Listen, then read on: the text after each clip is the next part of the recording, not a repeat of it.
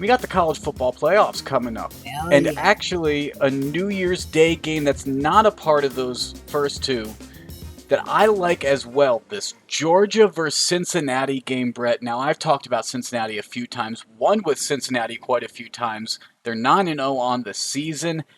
I think they're going to upset the Bulldogs and get the win here, even though they're plus 220 on the money line.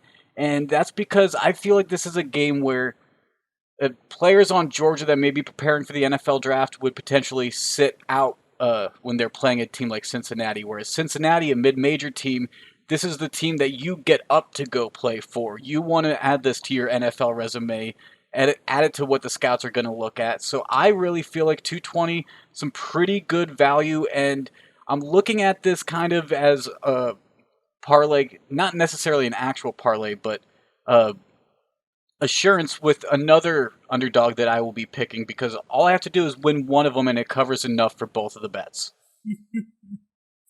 All right. Well, hopefully that Cincinnati comes home then, Higgins. But let's get to the college football playoff because those are the four games that we can kind of look ahead and guarantee no one's going to sit out. I mean, we're recording this as Florida and Oklahoma are playing Higgins, and hopefully none of the quarterbacks watch Kyle Trask in this one because they may get a little cough or may tweak something in warm-ups. You never know. Well, Trask was without his top 4 receiving targets, so he had some very big troubles early. We'll see if he's able to pull that out. You and I are watching that game right now. But New Year's Day, some beautiful games. There's also that Auburn Northwestern game if you're interested in the Citrus Bowl.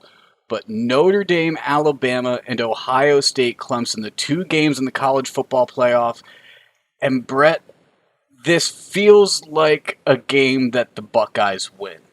First off, they were disrespected publicly by Dabo Swinney, ranking them, 11th? Yeah, that was crazy. 11th? Disrespectful. Coach Ryan Day is obviously going to use that as fuel, whether it be personally or in the locker room with his entire team. But then also, you've had Trevor Lawrence at quarterback, you've had DJ as backup at quarterback, and I don't know, for some reason, it doesn't just feel like Clemson's year. It honestly feels like Alabama's year to me. But this feels like Ohio State may be fresher considering they only had to play 6 games and Clemson actually did play a full slate. So people have argued maybe Ohio State doesn't deserve this seeding because they only played 6 games. But you know what? They got the seeding, so let's not argue about that. Let's see. This team actually is good enough. Are they being valued it on the books? And I think plus 245 on the money line, that's enough value for me that I'll take that there as well. And so if that or my Cincinnati pick wins, it covers the other one potentially losing. And if both of them hit, that's nearly 5 full units off of just 2 bets. Yeah, I think that's an interesting way to play it. I like Ohio State in this one too. I'm leaning that way. I haven't decided how I'm gonna bet it, Higgins. I don't know if it's gonna be the plus 7.5. I don't know if it's gonna be on the money line like you, or I'm even considering another way, including championship odds, where Ohio State right now is plus 590 to win the championship. I could bet that, and then I could pretty much just take Alabama on the money line.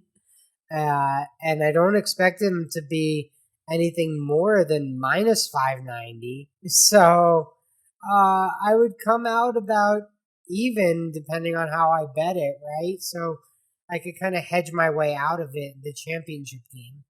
Or if you bet Ohio State on those championship odds, if they were to win this first round matchup against Clemson, you could probably cash that out early at a reduced rate, probably around that 245, maybe at like a 230, so 10 wins 23, 100 wins 230, something like that, I could see.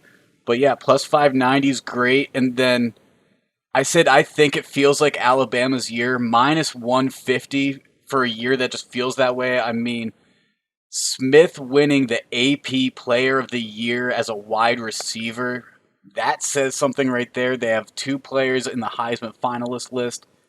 Minus 150 on the championship odds really does not feel bad for the overall favorite in this. No, I mean Alabama is. It really does feel like they're you're right, Higgins. They're the team to beat. I mean, you mentioned it earlier, but they're minus 19.5 in a semifinal game. The last time a spread was that big, though, Ohio State beat Alabama outright. They were 20.5 point dogs, 21 point dogs, something like that, the last time they met. So, or the last time a spread was that big, not the last time Notre Dame and Alabama met.